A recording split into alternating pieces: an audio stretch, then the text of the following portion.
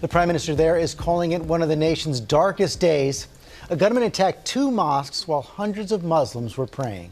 The man who is claiming responsibility and charged with murder is an extreme right-wing white supremacist who live-streamed the attack, saying it was aimed at immigrants. Security stepping up here in the U.S.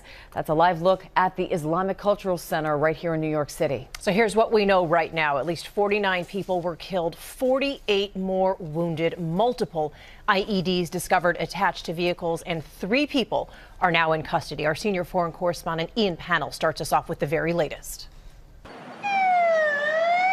Horrific scenes in a normally peaceful country playing out at 2 mosques in Christchurch. As worshippers were at midday prayers, the holiest of the week, multiple people ruthlessly gunned down. At 1:42 p.m. local time, witnesses say a man dressed all in black entered the Masjid Al-Noor mosque, shooting an automatic weapon. People were running out. I saw some people had blood on their body and some people were limping. This man, seen with blood on his shirt, was the last to escape, hiding under a bench. He just came in, he was shooting, and I'm thinking that, if I get out, I'll get shot. So I'm just keeping my fingers crossed so I could be alive.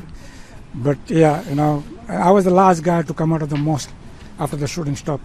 And on the doors, there were a lot of bodies. The killer then drove 3 miles across town to the Linwood Mosque, where he opened fire again. Armed police closed in on the scene, searching cars for suspects, guns drawn.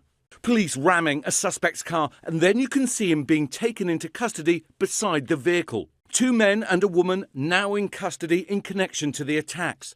The shooter, who appears to have been from Australia, is linked to a 74-page manifesto filled with white supremacist rhetoric. He's charged with murder. Police also saying they defused 2 improvised explosive devices that were found on a vehicle after the shootings. Amidst the chaos, police officials now warning people to stay away from any mosque in New Zealand for now, in case of further violence. I want to ask anyone that was thinking of going to a mosque anywhere in New Zealand today not to go, to close your doors until you hear from us again. Ambulances rushing victim after victim to hospitals as bystanders help the wounded.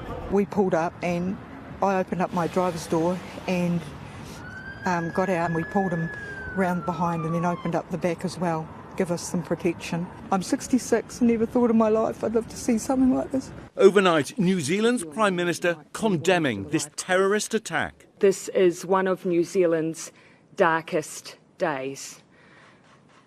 Clearly, what has happened here is an extraordinary and unprecedented act of violence.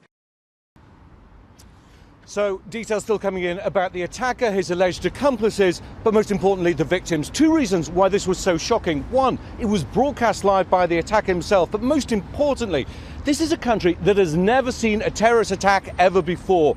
But nor should it be seen in isolation. There's been a noticeable increase in extreme right-wing terrorist attacks from America to Europe and elsewhere. And whether you're going to a mosque, to a church or to a temple today, the chances are you're going to be on high alert as you do the most peaceful possible thing: pray.